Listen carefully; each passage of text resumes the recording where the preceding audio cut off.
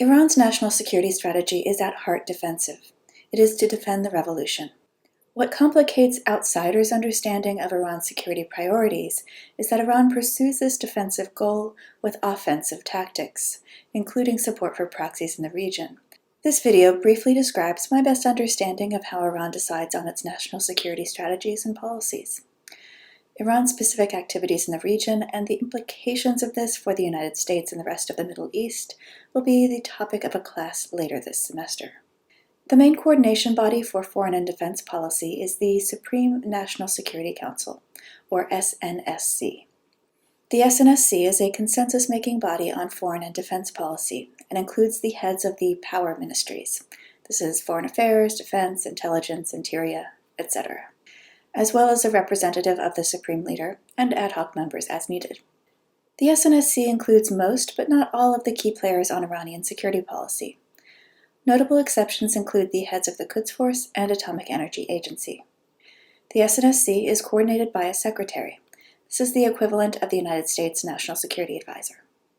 This position is traditionally a powerful one in Iran, and it is currently held by Ali Shamkhani.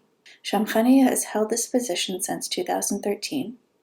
He's a former IRGC Navy commander and former Minister of Defense, notable in part because he's ethnically Arab. The prior SNSC secretaries were President Rouhani, Ali Larijani, and Saeed Jalili, who is currently the Supreme Leader's representative to the Council. Larijani and Jalili also both served as Iran's nuclear negotiator in this role. Minister of Foreign Affairs Zarif has taken on that responsibility under the Rouhani administration. There is a bureaucratic structure and series of meetings that define Iran's policy process. As in the United States, meetings are first held at lower levels before reaching the ministerial level, and responsible ministries lead the discussion in relevant areas. The Supreme Leader occasionally attends SNSC meetings, but this is the exception, not the rule. So this process is used to build consensus on strategic and tactical issues, and the Supreme Leader usually only weighs in at the end of that process, and with the majority view. He'll bring the debate to conclusion. Another organization that can influence foreign policy that I would be remiss to forget is the Office of Supreme Leader, and particularly Senior Advisor Ali Akbar Velayati. Velayati was Iran's foreign minister in the 1980s and 1990s, and has been the Supreme Leader's senior advisor on foreign policy since 1997. Velayati is a key figure in the policy process, albeit one with no formal role. It is unclear to me, though, whether his public statements reflect the current thinking of the Supreme Leader or shape it. Overall, I see Iran's policy process as a combination of innovation and consensus. Within the general principles of Iran's foreign policy priorities, they will encourage what works in advancing its interests and resolve internal disputes behind closed doors.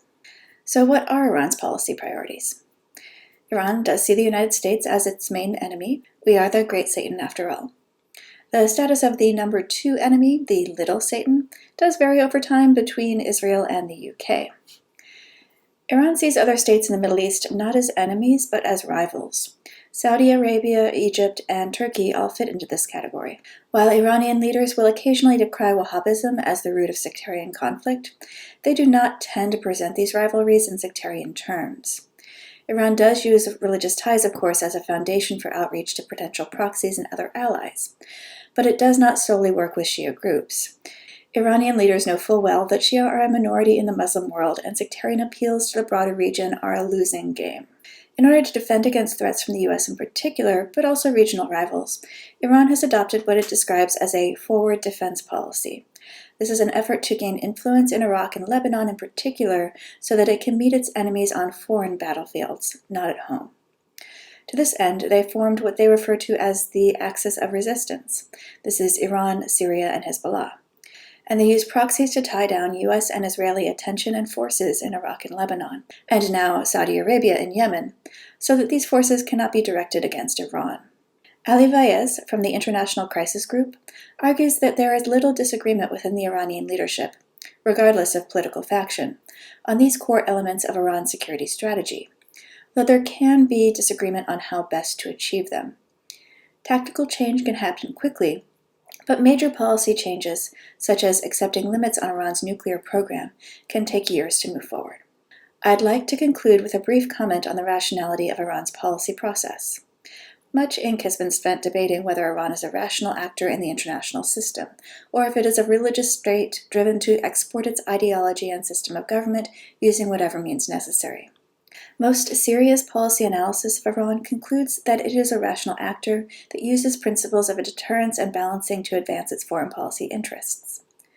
Rational does not necessarily mean responsible, however. Tactics of asymmetric warfare, including support for terrorism, are fundamental to Iran's projection of power. They know they cannot defend their country using conventional means alone, and do not try to. Iran is not a conventional state. It operates from different first principles than the US and has a particularly opaque policy process. So it's not operating under the principles of realpolitik all the time, but it does when it needs to. Exporting the revolution remains an important part of Iranian rhetoric. In the past, however, whenever exporting the revolution would threaten Iran's internal security always took precedence.